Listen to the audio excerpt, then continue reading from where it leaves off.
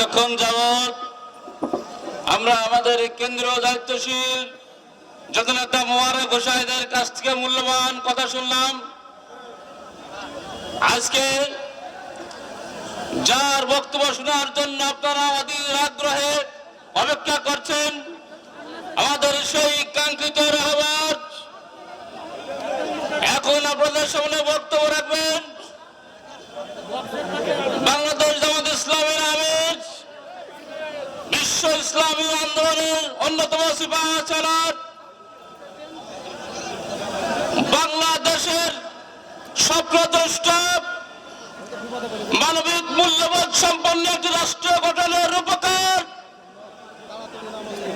যার বক্তব্য শোনার জন্য সারা বাংলার মানুষ অধীর আগ্রহে থাকে,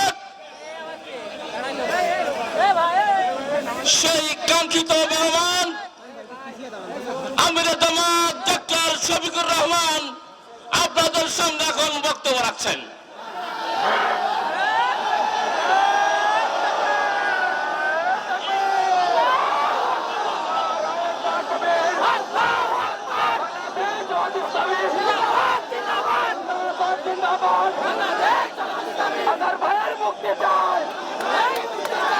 আসসালামু আলাইকুম ওয়া রাহমাতুল্লাহ। আলহামদুলিল্লাহি রাব্বিল আলামিন ওয়াসসালাতু ওয়াসসালামু আলা রাসূলিহিল কারীম ওয়া আলা আলিহি ওয়া সাহবিহি ওয়া আহলি বাইতি আজমাইন। বাংলাদেশ জামাত ইসলামী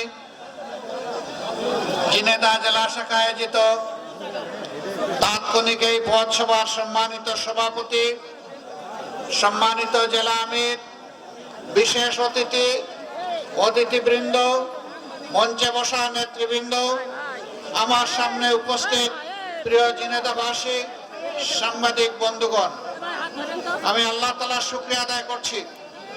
চুয়াডাঙ্গায় যাবার পথে আজকে এখানে সাদা কবুতর ডানা মেলে আছে, এই পায়রা চত্বরে আজকে তাৎক্ষণিক এই পথসভার আয়োজন করা হয়েছে।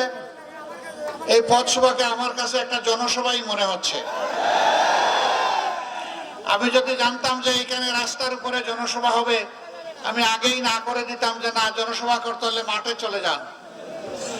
যেহেতু রাস্তার উপরেই হচ্ছে, এই জন্য দীর্ঘ বক্তব্য আমি রাখবো না। আমি এই পায়রাকে সামনে রেখে, পায়রা প্রতীককে সামনে রেখে দুটি কথা বলতে চাই। শ্বেত পায়রাকে ধরে নেওয়া হয় শান্তির প্রতীক। 54 বছরের বাংলাদেশে সেই শান্তিটা আমরা এখনো পুরোপুরি পেলাম না, বরঞ্চ হাজারো অশান্তি আমাদের দৈনন্দিন জীবনের সঙ্গী হয়ে আছে। বিগত 15.5 বছর জনগণের শান্তি ছিল নির্বাসনে। জনগণের শান্তি নির্বাসনে পাঠিয়ে যারা চেয়েছিলেন দেশের দণ্ডমুণ্ডের মালিক দীর্ঘদিন থাকবেন, বা জানি না তারা কিয়ামত পর্যন্ত থাকার নিয়ত করেছিলেন কিনা, কিন্তু আল্লাহর ফয়সালা ছিল ভিন্ন। তারা বহু শিক্ষিত, সম্ভ্রান্ত, ভদ্র, ন্যায়পরায়ণ আলিম উলামাকে হত্যা করেছেন, অনেককে পঙ্গু করেছেন, অনেককে গুম করেছেন, অনেকের ইজ্জত লুণ্ঠন করেছেন, দেশের সম্পদ লুণ্ঠন করেছেন, আর উন্নয়নের গাল পরা বলি শুনিয়েছেন। শেষ পর্যন্ত তিনটি নির্বাচন, জনগণের ভোটের অধিকারটুকু তারা কেড়ে নিয়েছেন। আমাদের সন্তানেরা রাস্তায় নেমেছিল তাদের ছোট্ট একটি দাবি নিয়ে। তাদের কথা ছিল চাকরিতে কোটার সংস্কার সাধন করতে হবে, কিন্তু সেই দাবিটাও যখন গায়ের জুড়ে রাইফেলের বুলেট দিয়ে দমিয়ে দেওয়ার চেষ্টা করা হলো, তখন সারা বাংলাদেশ আগ্নেয়গিরির মতো জ্বলে উঠল। শেষ পর্যন্ত আমাদের সন্তানদের বিরুদ্ধে যারা গুলি চালিয়েছিল, গণহত্যা করেছিল, জনগণ এক দফার দাবিতে তাদেরকে তাড়ানোর জন্য ঐক্যবদ্ধ হলো। আমাদের এই যুবক যুবতী, ছাত্র ছাত্রী, তাদের নেতৃত্বেই শেষ পর্যন্ত ফ্যাসিজম বিরোধী, ফ্যাসিবাদ বিরোধী আন্দোলন সফলতার মুখ দেখলো। জুলাইয়ের 1 তারিখ থেকে শুরু করে আগস্টের 5 তারিখ পর্যন্ত টানা 36 দিন এই আন্দোলন চলেছে। এই জন্য মানুষ এটাকে 36শে জুলাইও বলে। ৩৬শে জুলাই তারিখে যিনি দীর্ঘদিন জনগণের উপর তাণ্ডব চালাতে চেয়েছিলেন, গণভবনের সুখ শান্তি ভোগ করতে চেয়েছিলেন, জনগণের টাকায় মজার মজার রান্না বাড়া হতো আর তিনি খেতেন, সেই দিনও দুপুরের খাবার কিন্তু রান্না করা ছিল, কিন্তু খাবার কিন্তু কপালে জুটলো না। খাবারের জায়গায় থেকে গেল, স্বৈরাচার প্লেনে উঠে বাংলা থেকে পালিয়ে গেল। কোথায় গেল? কেন গেল? তারা যদি ভালো হয়ে থাকে, সুশাসক হয়ে থাকে, পালালো কেন? তাহলে জনগণের সামনে দাঁড়িয়ে বলতো আমরা কোনো অপরাধ করিনি, হে মানুষ, হে মাটি, তোমরা সাক্ষী থাকো, আমরা তোমাদেরকে ভালোবাসি। কিন্তু একথা বলার তাদের সাহস ছিল না বলেই তারা পালিয়ে গেছে। কারণ তারা জানে তারা অপরাধী, তারা জানে তারা খুন করেছে, তারা জানে গুম করেছে, তারা জানে লুণ্ঠন করেছে, তারা জানে তারা দর্শনের সেঞ্চুরি পালনকারী, তারা জানে একটা হিন্দু ছেলে বিশ্বজিৎকেও ছাত্র শিবির গণ্য করে তাকে হত্যা করেছে।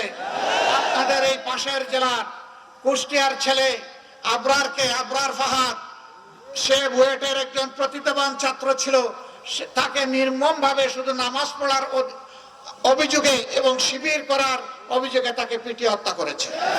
এরকম একজন দুইজন নয়, হাজার মায়ের বুক তারা খালি করেছে। শেষ পর্যন্ত এই বাংলাদেশ আর তাদেরকে কবুল করলো না, তারা বাংলাদেশ থেকে পালালো। কিন্তু আগে যেমন 15.5 বছর দেশের মানুষকে শান্তিতে থাকতে দেয় নাই, পালিয়ে গিয়েও এখন শান্তিতে থাকতে দিবে না। আজকে এইদিকে ফুস করে, কালকে ওইদিকে মাথা তুলে। আলহামদুলিল্লাহ, ছাত্র জনতার ঐক্য ইতিপূর্বে যতগুলা ষড়যন্ত্র করা হয়েছে সবগুলাকে আল্লাহর রহমত নিয়ে ব্যর্থ করে দিয়েছে। এই জাতি ঐক্যবদ্ধভাবে আগামীরও সমস্ত ষড়যন্ত্র ব্যর্থ করবে ইনশাআল্লাহ। তারা তো গেল, এখন বাংলাদেশের কি হবে? এখন তো বাংলাদেশে আর চাঁদাবাজি হয় না।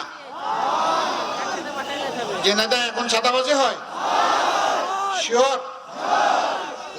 এখন আর ফুটপাত দখল হয় না, বিভিন্ন স্ট্যান্ড দখল হয় না। এগুলা আপনারা চান? এগুলা মুক্ত বাংলাদেশ চান? ইনশাআল্লাহ আমাদের ছাত্র, তরুণ, যুবক সমাজ সেই কথাই বলেছে, উই ওয়ান্ট জাস্টিস। আমরা সব জায়গায় ন্যায় বিচার চাই, আমরা বৈষম্য চাই না, দুর্নীতি চাই না, চাঁদাবাজি চাই না, দখলদারি চাই না, সাম্যের বাংলাদেশ চাই, মানবিক বাংলাদেশ চাই। আমরা এই যুব সমাজকে কথা দিচ্ছি, তোমরা বুকের রক্ত দিয়ে আমাদের জন্য দ্বিতীয় স্বাধীনতা এনে দিয়েছো, প্রয়োজনে আমরা বুকের রক্ত দিয়ে তোমাদের দাবি পূরণ করব ইনশাআল্লাহ। আল্লাহ যেন এই তৌফিক আমাদেরকে দান করেন। আমরা কথা দিচ্ছি, আমরা চাঁদাবাজি করব না, কাউকে চাঁদাবাজি করতেও আগামীতে দিব না। তবে আমরা না করতে পারি নিজের জায়গা থেকে, কিন্তু চাঁদাবাজি বন্ধ করার জন্য জনগণ যদি আমাদেরকে দায়িত্ব দেয় তখনই পারবো, এর আগে আমরা পারবো না। অস্ত্র আরেকজনের হাতে রেখে আমি দুর্নীতিবাজকে শাসন করতে পারবো না। সম্মানিত ভাইরা, এই আমাদের সন্তানেরা একটা চাকরির জন্য আন্দোলনে নেমেছিল। হ্যাঁ, তারা সবাই কি চাকরি পায়? কেন পায় না? দুটি কারণে পায় না। একটা হলো সমাজের সর্বত্র বৈষম্য এবং একটা গোষ্ঠীর কাছে চাকরি বন্দী হয়ে গিয়েছিল। দ্বিতীয় কারণ হলো এমন শিক্ষা আমাদের সন্তানদেরকে দেয়া হয়, দুনিয়ার শিক্ষার সাথে এইটার গুণগত কোনো মিল নাই, অতি নিম্নমানের ভঙ্গুর শিক্ষা। এই শিক্ষা দিয়ে দেশেও ভালো কিছু করা যায় না, বিদেশে গিয়েও ভালো কিছু করা যায় না। এই জন্য শিক্ষার জায়গায় আমাদেরকে হাত দিতে হবে। এমন একটি জাতি গঠন করতে হবে যেই জাতির সন্তানেরা শিক্ষিত হয়ে সারা দেশবাসীর কাছে নিজের কৃতজ্ঞতা প্রকাশ করার জন্য দেশবাসীর সেবা করবে। কেন কৃতজ্ঞতা প্রকাশ করবে? আল্লাহ দিয়েছেন মেধা, মা বাপ দিয়েছে টাকা, তাহলে দেশবাসীর কাছে তাদের কেন কৃতজ্ঞ থাকতে হবে? তাদের এই কারণেই কৃতজ্ঞ থাকতে হবে, শুধুমাত্র আল্লাহর দেওয়া মেধা আর মা বাপের টাকায় তারা মানুষ হয়নি। এদেশের 18 কোটি মানুষের টাকায় তারা মানুষ হয়েছে। যে প্রাইমারি স্কুলে লেখাপড়া করেছে, সেই প্রাইমারি স্কুলের প্রত্যেকটি ইট, বালু, পাথর, নুড়ি, পানি, মিস্ত্রির হাত, সিমেন্ট, রড সব কিছুতে এদেশের 18 কোটি মানুষের হাত আছে। তাদের ট্যাক্সের টাকায় ওই উন্নয়ন হয়েছে, ওই বিল্ডিং গড়ে তোলা হয়েছে। যে শিক্ষকের বেতন দেওয়া হয় তাদের ট্যাক্সের টাকায় দেওয়া হয়।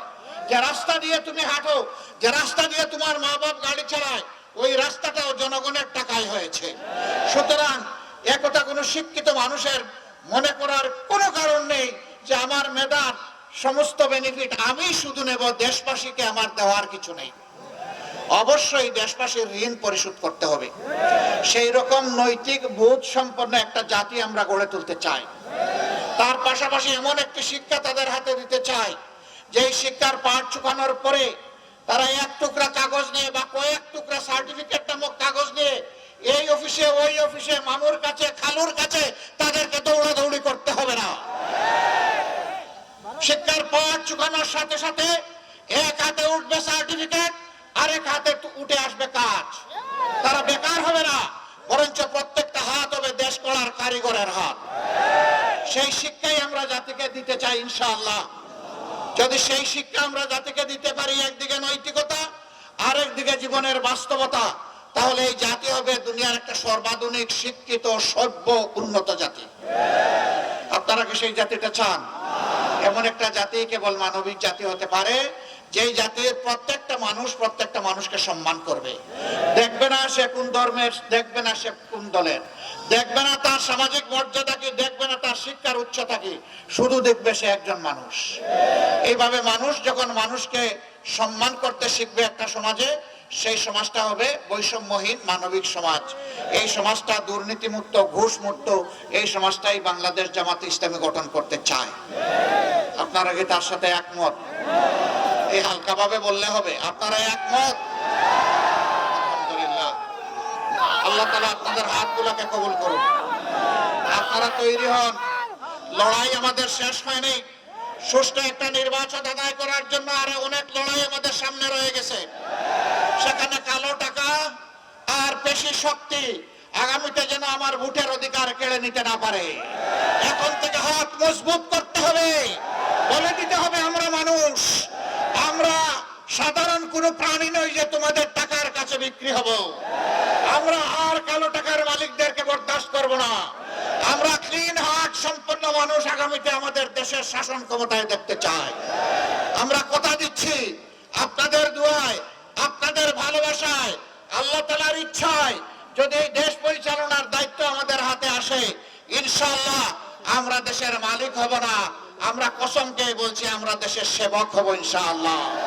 সেদিন যদি জনগণের সেবা করতে পারি, যদি সেদিন জনগণের প্রয়োজনে তাদের ডাকে সাড়া দিতে পারি, তাহলে আমরা আমাদের জীবনকে সার্থক মনে করব।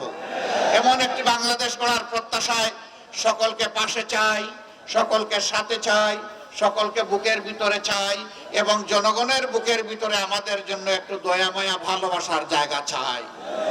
আপনারা সেই জায়গাটা আমাদেরকে দিবেন? আপনাদেরকে অনেক ধন্যবাদ। আসসালামু আলাইকুম ওয়া রাহমাতুল্লাহ। আল্লাহ হাফেজ। আল্লাহু আকবার। আপনারা যাইয়েন না, আমার সঙ্গে আমাকে স্মরণ করে দিলেন, ঝিনাইদহ একটা ঐতিহ্যবাহী জেলা।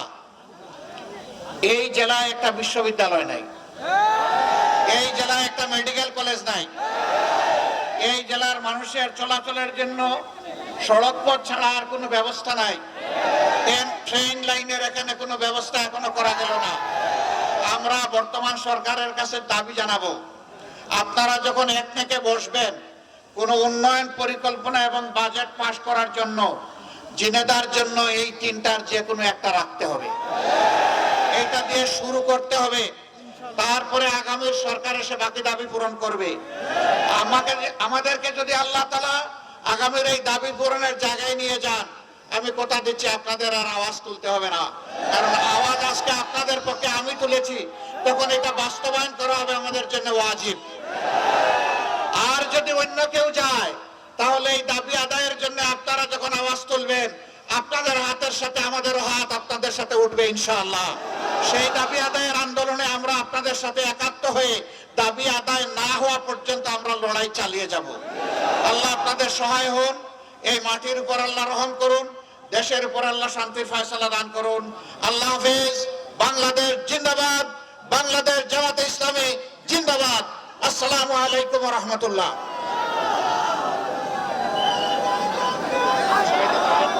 সম্মানিত ভাই সব,